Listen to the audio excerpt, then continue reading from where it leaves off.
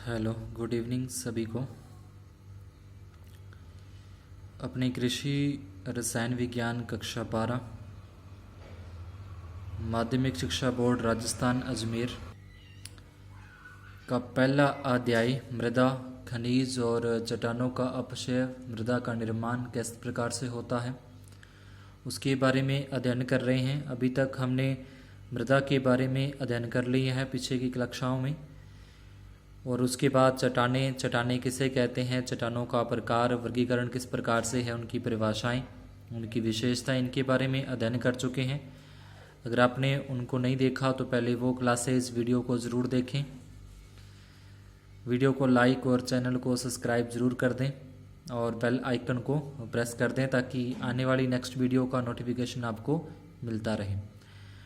आज की इस क्लास के अंदर अपने जो चट्टानों वाला टॉपिक है उसी के अंदर मुख्य रूपांतरित चट्टानें, अपने आगेन्य चट्टानें की, उसके बाद अवसादी और उसके बाद रूपांतरित चट्टानें कर रहे थे।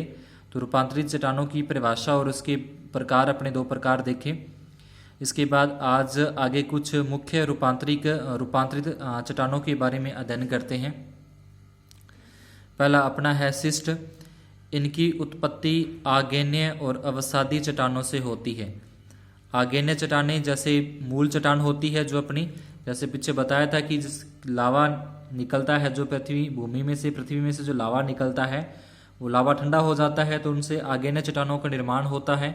और उसके बाद अगर वो आगेन्य चट्टानें एक जगह से अपक्षयित होकर दूसरी जगह पर जाती हैं तो उसके अंदर कुछ जीवाश्म पदार्थ अपने को स्पष्ट रूप में देखने को मिलते हैं, तो वो अवसादी चट्टानें थी। और उसके बाद दोनों का मिक्सर जो रूप था वो अपना रूपांतरित।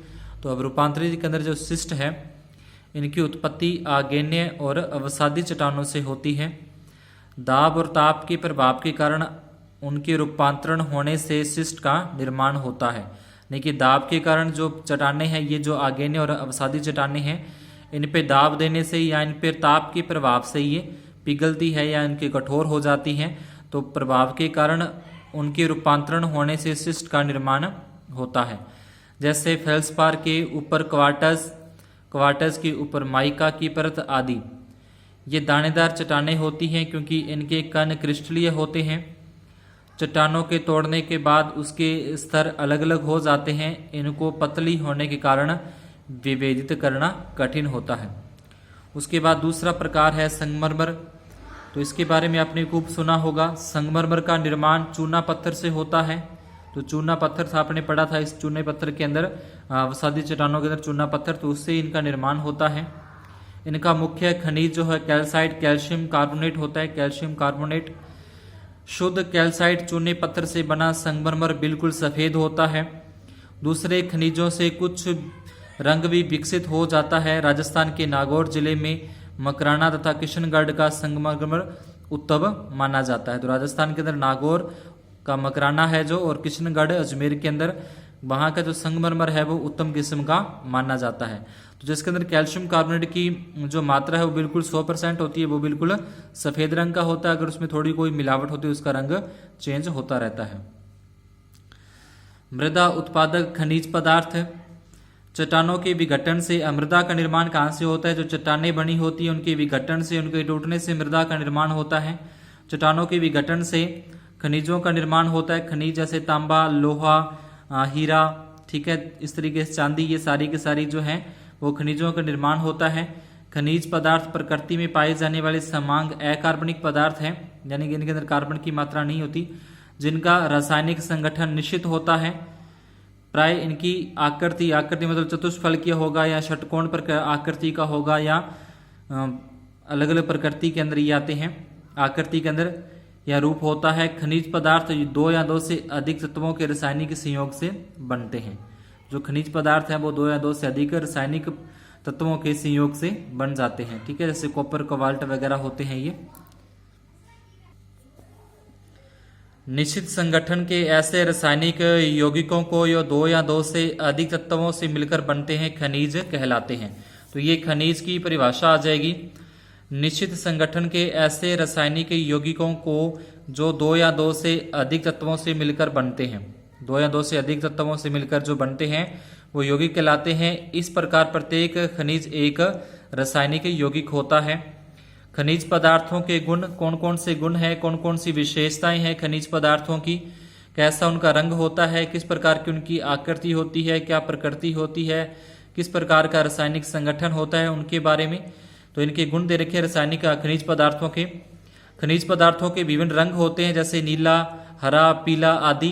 खनिजों में विभिन्न प्रकार की चमक होती है, जैसे धात्विक चमक होती है, जैसे धातु के अंदर चमक होती है धात्विक चमक। जैसे स्वर्ण, कॉपर आदि में एक निश्चित धात्विक चमक होती है। इसी प्रकार कांच, डायमंड में आदि में अधात्विक चमक होती है। खनिज पदार्थों का अपना अलग अलग विशेष आकार होता है, जैसे रवा कहते हैं। जो अलग अलग आकार होता है, सभी की अलग अलग आकृति होती है, उसे रवा कहा जाता है। जो घनाकार, चतुष्कोणीय, ट्राइमेट्रिक, मोनोकलनिक, ट्राइकलनिक, षटभुजाकार आकार के होते हैं। खनिज पदार्थ बहुत कठोर होते हैं, जैसे हीरा कठोर भी होते हैं, मुलायम भी कठोर। कुछ खनिज पूर्ण पारदर्शी, पारदर्शी का मतलब जिसके अंदर में से अपने आर पार देख सकते हैं, यानी कि जिसको आंखों के सामने अगर रखें और उसमें से आर पार देखा जा सके, पारदर्शी। अल्प पारदर्शी का जिसमें से थोड़ा बहुत देखा जा सके, धुंधला सा देखा जा सके, तो वो अपारदर्शी। तथा कुछ अपारदर्शी, अपारदर्शी मतलब जिसमें से आर पार बिल्कुल भी अपने नहीं देख सकते, अगर उनको आंखों के सामने रख दें तो उसमें से आर पर अपने नहीं देख सकते, वो अपारदर्शी। कुछ खनिज अधिक भारी होते हैं, यानी कि भार के अंदर, और कुछ हल्के होते हैं, कुछ मध्यम भार के होते हैं। खनिजों के भार को अपेक्षित घनत्व से प्रकट करते हैं। तो ये थे अपने खनिज पदार्थों के जो गुण थे उनके बारे में। आगे खनिजों का वर्गीकरण कि कितने प्रकारों के अंदर, कितने भागों के अंदर खनिजों को वर्गीकरण किया गया है, बांटा गया है। तो इसके अंदर पहला है अपना उत्पत्ति के आधार पर वर्गीकरण है, कि जहां से खनिजों की उत्पत्ति हुई, कैसे इनकी उत्पत्ति हुई, उसके आधार पर खनिजों का वर्गीकरण। कि जो पहले उत्पत्ति हुई, जिनकी जो लावा के साथ ही उत्पन्न हो गए, जैसे लावा निकलने से चट्टानों का निर्माण होता है, तो उसी के साथ कुछ खनिज पदार्थ भी निकलते हैं लावा के साथ ही, और वो ठंडे होने के बाद जम जाते हैं और वहां से सीधे ही उन खनिज पदार्थों को प्राप्त कर लिया जाता है। एक तो वो खनिज पदार्थ हो जाएंगे, और एक उनसे जो खनिज पदार्थ पहले लावा के अंदर बने हैं उन्हीं को आगे संशोधन करके, उन्हीं के आगे रासायनिक संयोग से अलग और प्रकार के खनिज पदार्थ उत्पन्न किए जाते हैं, तो वो भी इसके अंदर उत्पत्ति के अंदर आ जाएंगे। तो उत्पत्ति के आधार पर वर्गीकरण है। उत्पत्ति के आधार पर खनिजों को दो भागों में विभाजित किया गया है। प्राथमिक खनिज, प्राथमिक मतलब प्राइमरी होते हैं, जो सीधे लावा से अपने को उत्पन्न होते हैं, लावा से निकलते हैं और ठंडा होने के बाद वो जम जाते हैं और वहां से उनको प्राप्त किया जाता है। जब खनिज पदार्थों का निर्माण चट्टानों के निर्माण के समय, जैसे चट्टानों का निर्माण होता है लावा के निकलने से, उसी के समय इन खनिज पदार्थों का निर्माण भी हो गया। पिघले द्रव पदार्थ के ठंडा होकर ठोस अवस्था में जमने से हो जाता है, यानी कि पहले जो लावा निकला वो गर्म होने के कारण पिघली हुई अवस्था में था, तो उसके साथ जो खनिज थे, सोना मान लो या चांदी मान लो, कॉपर, कोबाल्ट थे, ये भी पिघली हुई अवस्था के अंदर ही थे। लेकिन जैसे वो लावा ठंडा हो गया तो उसके साथ ये जो खनिज पदार्थ थे वो भी ठंडे होकर जम जाते हैं, तो उन खनिज पदार्थों का निर्माण होता है। तो ऐसे खनिज पदार्थों को प्राथमिक खनिज कहते हैं। ये खनिज चट्टानों के आवश्यक संगठक होते हैं, इसलिए इन्हें आवश्यक खनिज भी कहते हैं।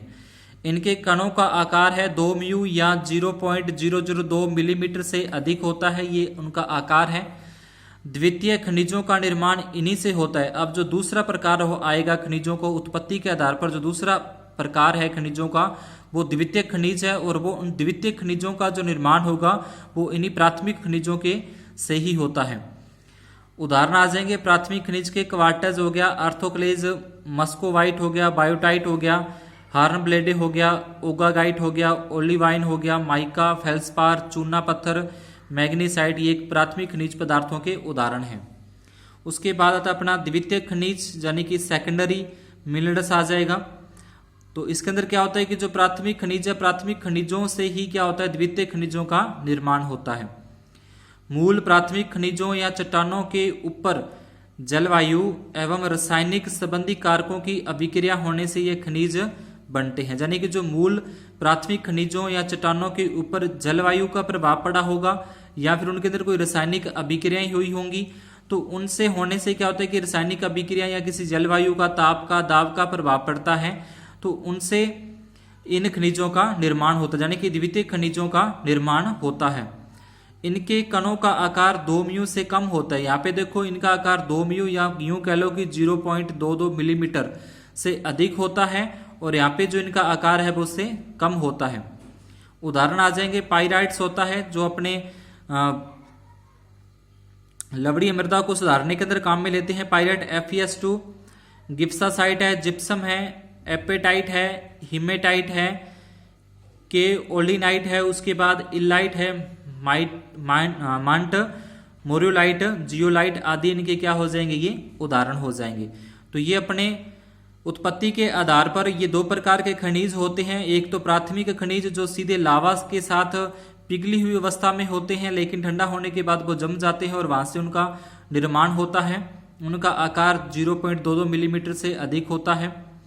और उसके बाद द्वितीय खनिज है जो प्राथमिक खनिजों पर विभिन्न प्रकार की जलवायु परिवर्तन हो गई या रासायनिक प्रभाव के कारण रासायनिक कारकों से वो द्वितीय खनिजों के अंदर परिवर्तित हो जाते हैं, और इनका जो आकार है वो 0.22 मिलीमीटर से कम होता है। तो आज की क्लास में इतना ही। उसके बाद अपने आगे करेंगे रासायनिक आधार पर इनका वर्गीकरण। आज तो ये खनिजों का वर्गीकरण था उत्पत्ति के आधार पर, आगे नेक्स्ट करेंगे रासायनिक के आधार पर। तो अगली क्लास देखने के लिए चैनल को जरूर सब्सक्राइब करें, वीडियो को लाइक और बेल आइकन को प्रेस कर दें ताकि जैसे ही नेक्स्ट क्लास हो आपको उसका नोटिफिकेशन मिलता रहे। शुभ दिन, धन्यवाद।